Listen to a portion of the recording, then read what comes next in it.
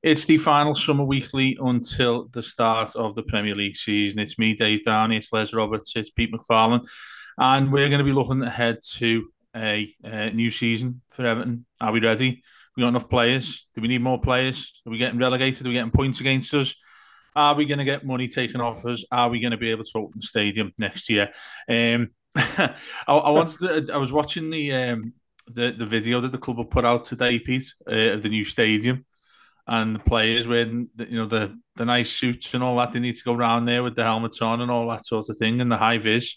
Um, Got quite exciting, to be honest with you, when I was looking at that.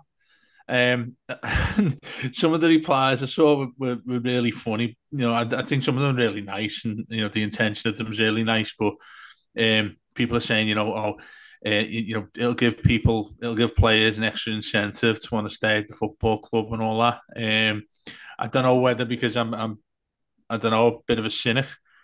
But is that sort of thing that like really woos players up and makes them think, do you know what? Calvert-Lewin being the main example, many people are talking about going around there and having a look, thinking, yeah, I'm going to stay at Everton all because they've got a brand new stadium. Do you think there's anything to do with that? I think it probably plays a part, to be honest with you.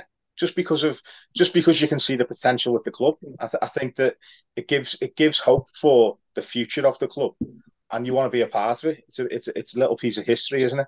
I Mm. think we've seen in the past where, I mean, certainly like for example, Tottenham haven't won a bean for years. But they've got this incredible new stadium, and you can see that in terms of their revenue streams and everything else, it's going through the roof. Obviously, they have to now, uh, match that with performance on the pitch. But I certainly think there's going to be players in that Tottenham squad who were there because they were sold that dream of that new stadium. And I think Everton will be the same. I think you've seen with Lindstrom already, where he's come out and said that he's really looking forward to playing in the stadium next season, and he's only on loan for this season. So, yeah, I just think that it will be a pull. I mean, how long that pull lasts for, I don't know, but it's certainly something to consider in terms of Calvert Lewin as well. I think I just think his mind seems to be made up, and I think that needs to be sorted very quickly. Either way, sign a new contract or there's the door. Yeah, Yeah, I agree that. So can I just, yeah. I Sorry, let's agree. go. I agree with Pete on the ground thing. I didn't actually see the video. I just saw the picture of him in the changes. And I actually thought when I was looking at that, for them players who were like contracted to Everton, and maybe like, as you say, people like Lindstrom, who's, only here for the season, but maybe thinking ahead to next season. If they're like looking at those changes and looking around thinking, God, this looks good. It's like in work, if you move to a nice new office, it's quite exciting. And if you go into a new job and they've got a dead nice new office compared to your crappy old one, it is quite exciting. And just as a normal employee, Mm. it's like, yeah, that sound, and it does play a part. So I think even for like a footballer, thinking that not only the last season of Goodison, which is going to be, something special one way or another, going to a new ground with what will be the best facilities in the country, should definitely be the best ground in the country. They're looking at that. That's got to at least put us, if not like necessarily ahead in the pecking order of other clubs, but it's got to play into players' minds. If there's a choice between going to another mid-table club, let's say Palace or Bournemouth, let's say, or Everton, that could tip it one way or the other. That really, Mm. if there's not much between the teams on the pitch, you're going to start looking at things like that. And I'd sooner play at the Everton Stadium than the Vitality, to be honest. Yeah, I still can't believe a club, all due respect to Bournemouth, because I know some really nice Bournemouth fans who we get on when we're previewing the games throughout seasons and all that. But I can't believe that's allowed, the size of that. We've been down a few times, haven't we, lads? And I think Tranmere holds more, doesn't it? Brentford Yeah, Park holds a it lot is more. like a Subbuteo ground, isn't it? Yeah, I mean it's lovely the way they've got it done and all that. And I don't know whether I'm just saying that because it's been absolutely belting weather the twice that we've been down there. But yeah, it is a strange one. I think you're right there. I think there's as cynical as I am about it, cynical as I am about it. I think you both sort of mentioned a couple of good points there. That I think if it ultimately comes down to it, do you want to play in some, again, all due respect to Bournemouth? Well, mind Just you, call it people. just call it Tim Pot. It's fine.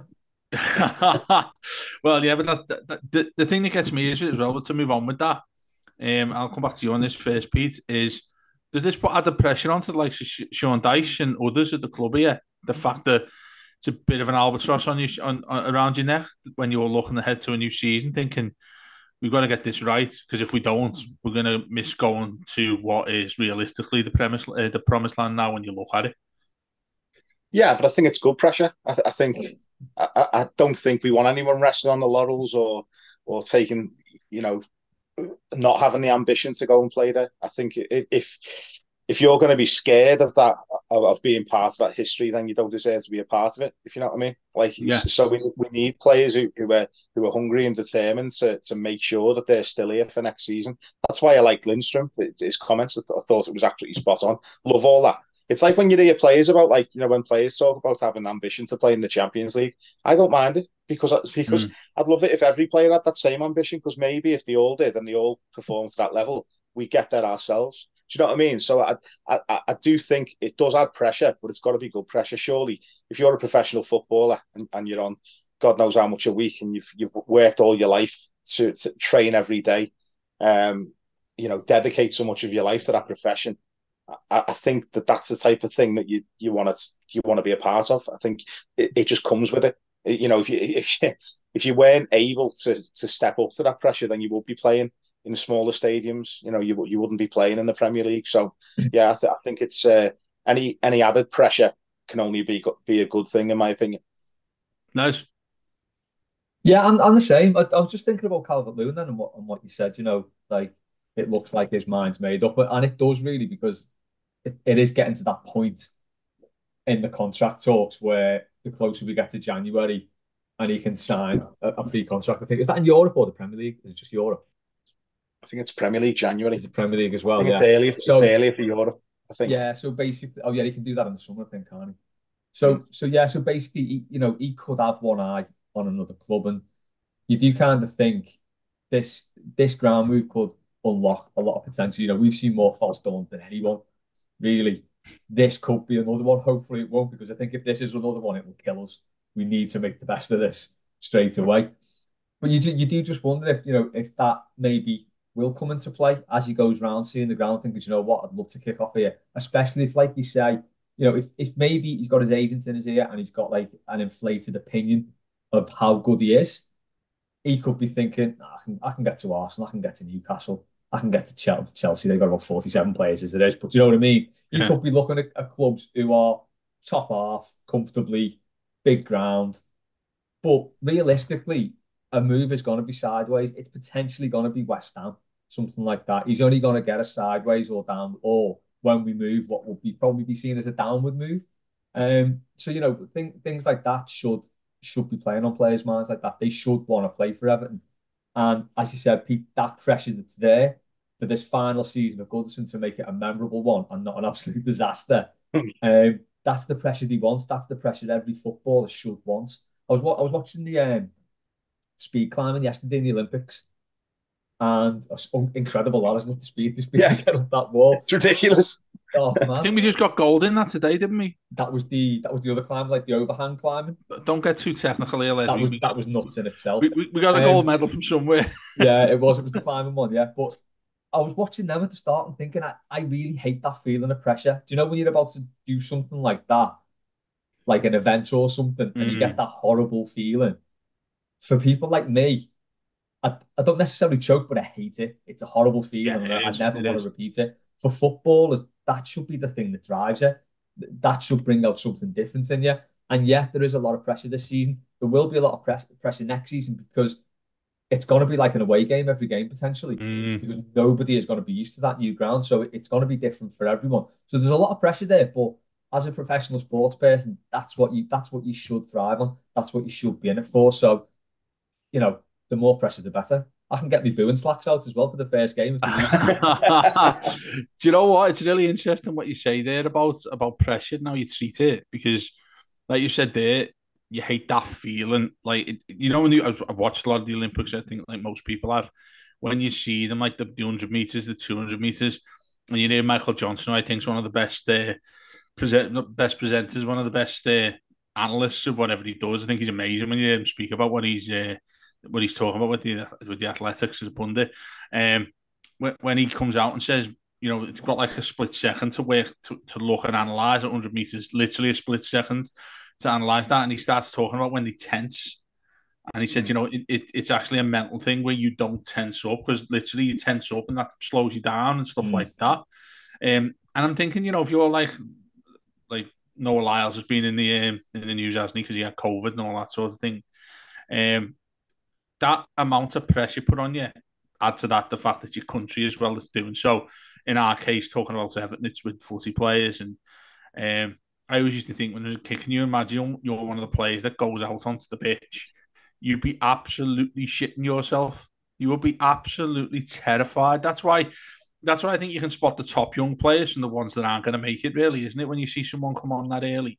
I was just thinking as well, just off on a tangent here as well. I'm just thinking, like, even I play in a golf society, and if I've got a putt on the 18th from about 4 feet away, I'm absolutely shaking that I'm going to miss it, and it's to win 20 quid with my mates or something like that. It is funny, like, as a human being, isn't it? How those things sort of react to us.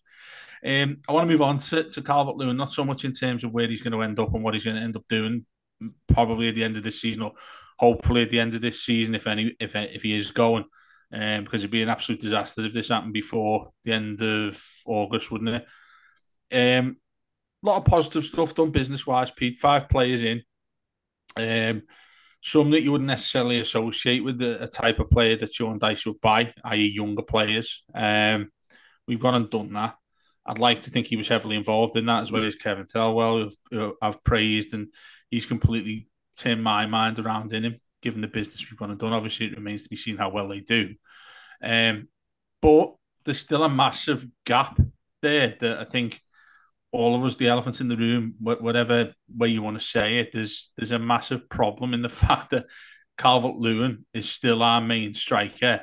And if he's out of the side, what follows him? What comes in? Beto? Nobody's... For the most optimistic fan who listens to our shows, they're going to absolutely despise me, by the way, but just in general, about what I say about Everton. But surely you can't be putting your faith in Beto being the second choice striker that comes on if Calvert-Lewin's not fit. And look, we've seen a large part of last season and the last couple of seasons where he hasn't been fit as well. We've struggled without him even when he has been on the pitch. Is that a bit of neglect that we haven't gone and sorted somebody out by now? And we're 8 days until the season starts?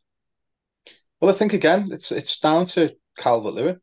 It's down to him being undecided over his contract, which is why I think Everton need to put the foot down and make a decision on him. But would they not? Is it not on them to have gone and got somebody else as well anyway? I just don't think whether the money's there. If you're going to go out and buy a centre forward, I mean, it's the position on the pitch which costs the most, especially if you want to get someone with quality. And I think as well, for example, if you go out and buy someone, but then Calvert-Lewin signs a new contract or Calvert-Lewin stays for another year, and then you've got an embarrassment of riches, if you like. You'd end up with even more options than probably what you can accommodate. And on top of that, you're paying top wages. I just think that Calvert-Lewin stalled on his decision. I mean, obviously there was the thing with Newcastle, which fell through, allegedly due to wage demands. But I kind of disagree when you say about hopefully it'll be next summer. I'm firmly of the opinion that if he's not going to sign the contract, we can't afford to let him go on a free. So I just think if he's not going to sign the contract, he needs to go now. So at least then we've got a chance of going out and getting someone in. So I think it worries me if we don't have a replacement lined up and ready to go as soon as he leaves. If he's out that door, and it worries me that we would stall it and sort of trip over our own feet or not deal with it before Calvert-Lewin. It's the point. What's holding everything up is Calvert-Lewin and his decision. So Everton just need to say to him, listen, sign the contract or you're off. No two ways about it. And then we can start discussing or hopefully have someone lined up to replace him. This is it, Les. I was just going to ask you that, Les. Just carrying on there with what Pete said there, to be fair to you. Can hear our dogs barking there as well. I think with that, like, that's where I have a criticism of Everton, in where I do disagree with Pete here, because surely these things are... I just feel, I'm pretty certain it's going to happen. We get to the first day of September or whenever it is, last day of August, where we're desperate to get somebody in, we end up getting Strapolesi in from Lono because he's around for all of these nights out and all that, isn't he, Brotherson? We'll end up, because inevitably we do, a high percentage of transfer windows where we've ended up on deadline day having to scramble around trying to find somebody. This feels like we're heading towards that situation right now. What Pete says there, I agree with in regards to, like, listen, you either go and you stay in. We need it done now. We give him a deadline of a certain day. I think the sun's setting far too quickly beyond that for me, Les. At this, well, we're 8 days away. Yeah, he's going to be starting as number 9 for us when we play Brighton a week tomorrow. Like that's pretty fearful if you're looking at somebody. I don't think he's the type of lad who's going to be the type, he just downs tools and plays just because he wants and he cries. Not like the Lescott kind of scenario. I don't see him as that type of fella. But I'm not going to go to Goodison feeling pretty enthusiastic. I am in general, by the way, because I think we've had a decent summer. But just in that final third, yeah. the big issues as it is, even if he was hunky dory and signed a new contract, there's still an issue there anyway. For me, the worry in that respect is like picking up on the down and tools thing. As you said, I don't think he'd do that, but there is a massive risk that he will just play within himself because he doesn't want to get injured because it will knacker a move. So there is a massive risk that even if we start with him up front and even if he's got a year left on his contract, if he wants to move, we might not get everything we need out of him because he's terrified of getting injured. Because if he gets another injury, his move's knackered. Yeah, there'll be whatever clubs are lining up to get him or whatever clubs he's getting told are lining up to get him, they'll disappear because he'll be seen as too much of a risk. I think the club should have been stronger, to be honest. They, as you say, the season's fast approaching. Should have been an August the 1st deadline saying, look, we're looking for new strikers. You've got until August the 1st to sign your contract. If you don't sign it, you're on the transfer list and we're getting a new striker in. And they should have been looking to replace him straight away. Now, don't know, Beto might have been pulling up all sorts of trees in training. And he could be the second coming of Romelu Lukaku. We don't know. I can't see it because it's sort of bit Has of literally been pulling trees up. Yeah, well, yeah, because he's not playing football, is he?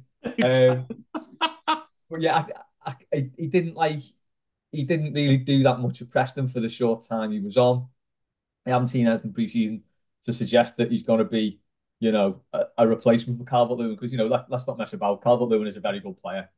But when he's fully fit and fully fine, he is a very good player. Beto's nowhere near that level. So while he was a decent sort of backup, if Calvert-Lewin got injured, just to have the same sort of player in there to play the same sort of system with the players around and playing the same way, that was all right. But if we're relying on him, I think we're in trouble there. And yeah, with Calvert-Lewin, as I said, I think they should have been looking for a replacement. They should have told him that they're looking for a replacement.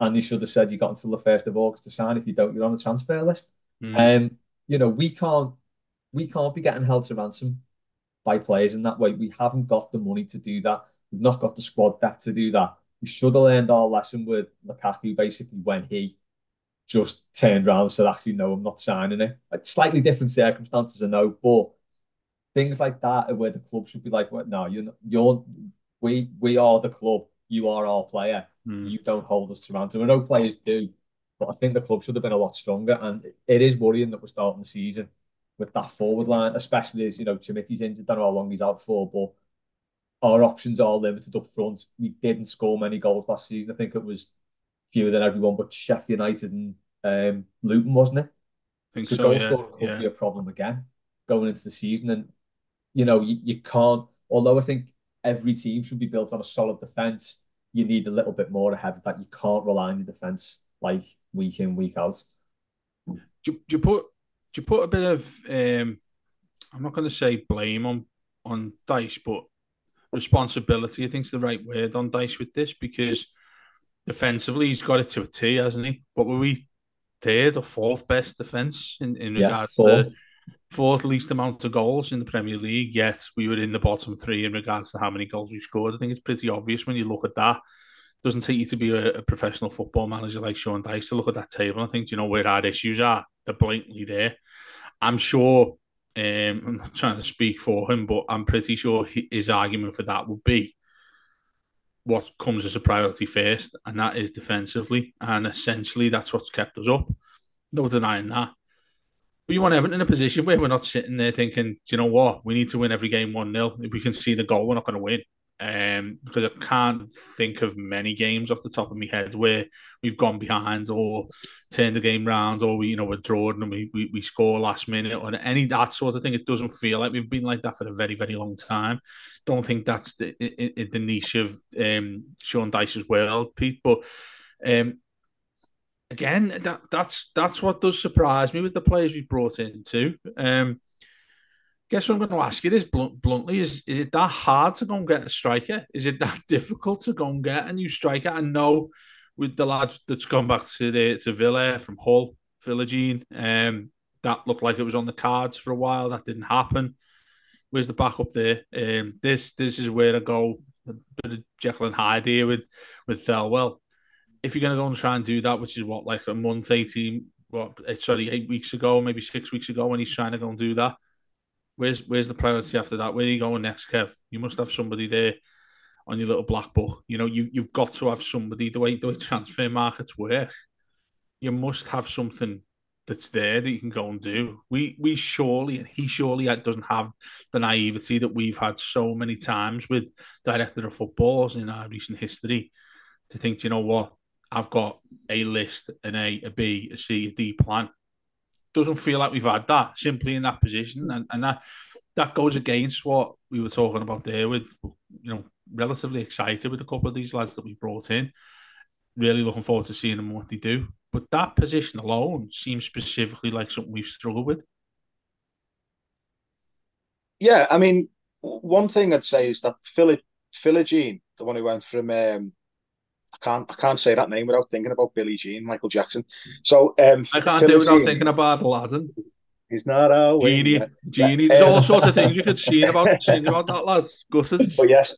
So what was I saying? Yeah, the thing about him is he's not actually a centre forward. He was the winger. So Lindstrom was the replacement for him. He was the alternative for him. The same way he was the other one. Minter, was it? The one who went to to Brighton. Yeah, went from Newcastle to Brighton. So I think that kind of pattern was that position, if you know what I mean. I don't think we've actually gone in for any centre foot, like proper out and out centre forwards so far this summer. Is that not a problem on its own, though? Do you not think that's a massive issue anyway? I think it is. I think the big issue that we've got is that when we're looking at it, we're thinking, well, we've got Calvert-Lewin, we've got Beto. Chimiti getting injured was a massive blow, I think, because I was really liking what I was seeing with Chimiti, and I think he would have offered us something different as well. I was impressed with him last season when he came on towards the end of the season. I was impressed with him, in pre-season as well, obviously playing against lower opposition, but still, I think he's got something about him, that lad. So I think that's been a huge blow, to be honest with you. But again, I just think when you've got Calvert-Lewin and Beto probably on decent wages, Beto obviously cost a lot of money. I think that when they were looking at it probably naively, that they've probably looked at it and thought, unless we have movement, unless someone comes in and pays money for one of those two, even like Neil Maupay. I mean, Maupay, I think everyone thought the Brentford were going to take up the option to take, to buy him, but they obviously didn't take up that option for whatever reason, whether they believe they can get him cheaper if they leave it till later in the window, which is maybe true. But I just think that that's the position where they're probably looking at it, thinking, although the options aren't great, we're probably overloaded in terms of how much resources we've got to throw at that position. But I totally get your point that is the one position where you'd really think that we really need to strengthen, because at the end of the day, we don't score enough goals. And I think as well, when you look at last season, ironically, creating chances wasn't necessarily the big issue, because we were creating chances. We just couldn't finish them.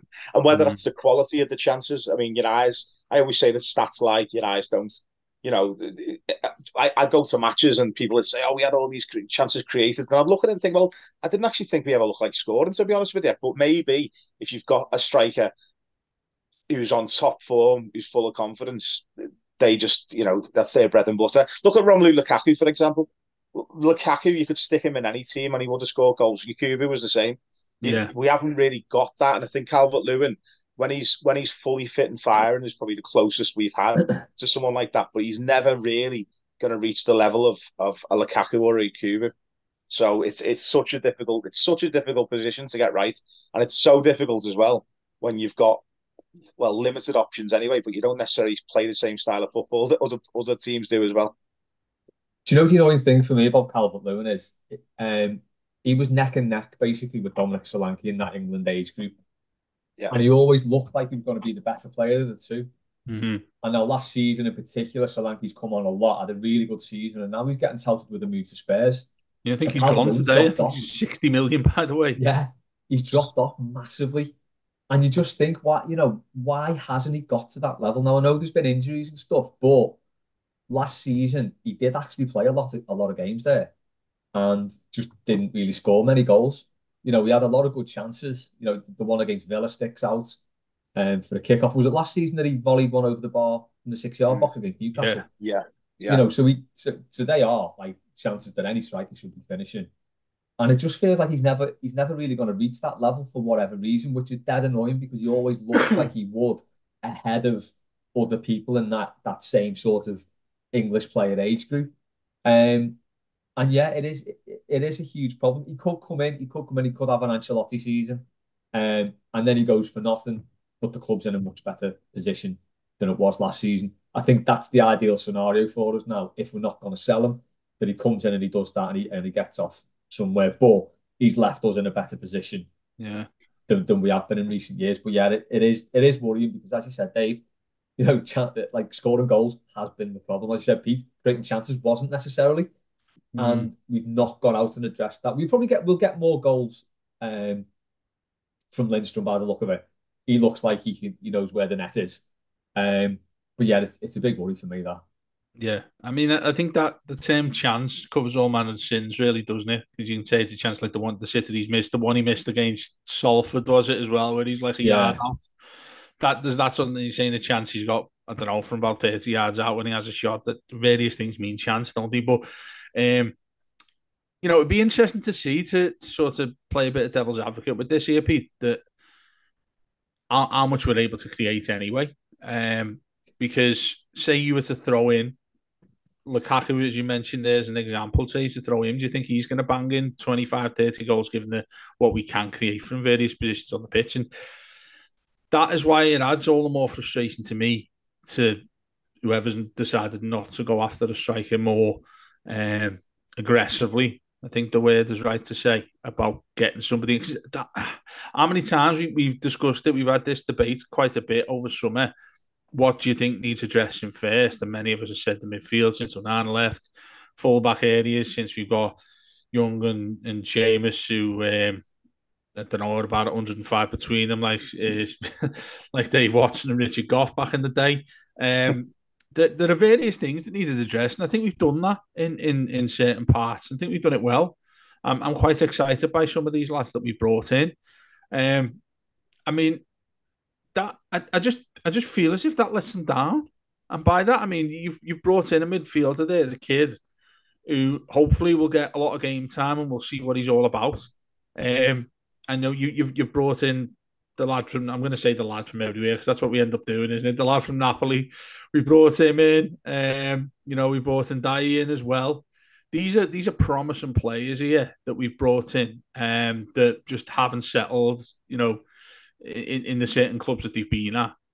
Really excited about seeing what they can do, what Sean Dyche can do with the work with them. But the fact we haven't got somebody there, I think negates what they're in the team to do.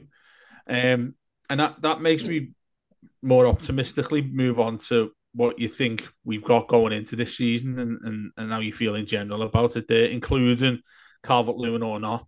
It probably will include him in 8 days' time. I can't see him moving now between now and then on a week on Saturday. But undoubtedly he's going to start if he's injured. I think Les made the point before. That's why we're absolutely knackered already if he's not fit. That's why we're on such a we're in such a difficult position there. You're walking on a line that's so thin that it falls you to one side if you haven't got him fit. But going into Saturday next week, everybody seems relatively fit without Schmidt, ironically, who's a striker. How do you feel about this? How do you feel about going into this season? I'm quietly optimistic. I'm always optimistic, Dave. I You was know going to this. say, it's pointless Uh, asking you a question, to be honest. yeah, no. I think we showed enough last season that we've got enough quality in that side. I think we've added to that quality. I think obviously last season was such a turbulent one with point deductions and everything else. And I think, when we went on that really barren run of losing or not winning games in particular, I think a lot of that was probably down to the state of the actual of the confidence within the side, given the points deductions, given everything else that was thrown at us. So I think we could surprise a few people this season. I hope so anyway. I'm looking forward to tomorrow as well. We've obviously got the Roma game, so that'll probably answer a few questions in terms of it'll be nice to be able to see some of the new signings up close. I'm not a big fan of pre-season. I've always said this. I'm not a fan of pre-season, but I do take notice of the last pre-season. That's the one where Yeah. players have had a little bit of time to bed in. It's at Goodison. Normally, it's we always have the last pre-season at Goodison. That's the one I look forward to, and that's the one where I look at and think, yeah, this is where I can judge a player. Having said that, I did see Alex Nyarko score two. Oh no, score one a back heel, and Alex Anderson scored twice against Man City. We won 3-0, and I thought we were going to win the lot. And by the end of the season, Nyarko was getting his shirt swapped with a fan. Went on strike. Oh, And mate, Alex Anderson, who I thought was the second coming of Kanchelskis, yeah. was far from it. So yeah, it's I'm quietly optimistic. I think O'Brien's a really good addition as well, by the way. And I think, ironically, even though he's centre half, I think he will actually add a really big threat from set pieces, which is something that we're already strong at. Yeah, I only think we're going to concede less than 10 goals all season, really, but we'll score two. It's funny there what Pete says, isn't it, about a couple of questions that are probably going to relate to what's going on Mailbag as well, aren't they? With Yep. Nyarko and all of that sort of thing happening. What do you think then? What are you feeling about this? I'm I'm looking forward to it. Yeah, I think I'm the same as Pete. To be honest, I'm worried about where the goals are going to come from, but I think we should potentially be a better side than we were last season. Really, um, I think the additions we've made to the squad have been good. I think it probably does make us a better side in many ways than last year. I think, you know, barring any points deductions, we should be able to have a relatively stable season. We picked up on it a lot last year, how much impact that had on the players' mentality going into games, especially during that bad run. Having another points deduction hanging over us, will a 10 point stay? So if there's none of that messing about this year, we should be in for, a relatively comfortable season, which, Mm. I'm not under any illusion. I'd love us to win something, but I'm not under any illusions that we're good enough to do that yet. So I think for me, just a nice, normal season would be lovely. Just one thing as well while we're recording here, I just looked on the Guardian website, and your man from Palace has made a new bid to buy Everton. Really? So Not yeah, all this again. I was just looking forward to the footy starting here, Les, and you just destroyed it sorry, then. but do you know what? If that does, like, I mean, he's done all right at Palace, hasn't he? He's Palace. They seem to be a pretty well run club, good mid-table Premier League side. I think they made a good appointment in getting Glasner in. So he looks like he might know how to run a football club, But and if you've what's got what someone who what's can do that, what's the? I know I'm not going to go into Show financial me the issues and money. all How that. much money has he got? Well, I was going to say this, and he said some nice things about Everton, hasn't he? When he's been linked to the club across the summer, is he still owner of Palace or yeah, co-owner or something? Is he? he paid 87.5 million for 40% in 2021. He's got to sell that obviously before he can buy into Everton. Yeah, But it says here he's confident his stake in the London club is much sought after. Um, so yeah, at least there are still people wanting to buy the club, which there should be. As we talked yeah. at the start of the start of the show, this new ground is massive. If you could get a club the size of Everton going into a new ground, that's a lot to play with, to Mm, be honest. So there should be people queuing up to buy it. yeah. I wonder Hopefully, it if kickstarts as well. It's it's almost well, like people wait in the wings, don't they? And they wait for someone to make the first move. So hopefully, once one big comes in, the next thing, other people start coming out the woodwork as well. yeah. Um, it's like, let's say, it's like almost like showing your hand, isn't it? You don't want to go all in straight away. You want to see what everyone else is up to. Mm. And so I wouldn't be surprised if we saw numerous bits of activity in terms of the takeover as soon as one sticks their head, sticks their head out, I think the rest will follow. Do you think our potential new owners that we were just about to get, we were all excited about, was going to turn up because they own Roma, don't they, as well? I bet you're all excited about seeing the two sides play against each other ahead of the new season. They'll be back in them. It's probably going to be the worst decision you've ever made. Probably looking at each other saying, is there any way we can call this game off, lads? That's we'll come to the end on the final. Let's say the final summer weekly, because the new season one is back the forthcoming week. Is where Everton are back. We go back to the normal schedule that we've had. There's plenty of other pieces that are going to be added to that as well. Loads of other exciting things we'll be doing throughout the season.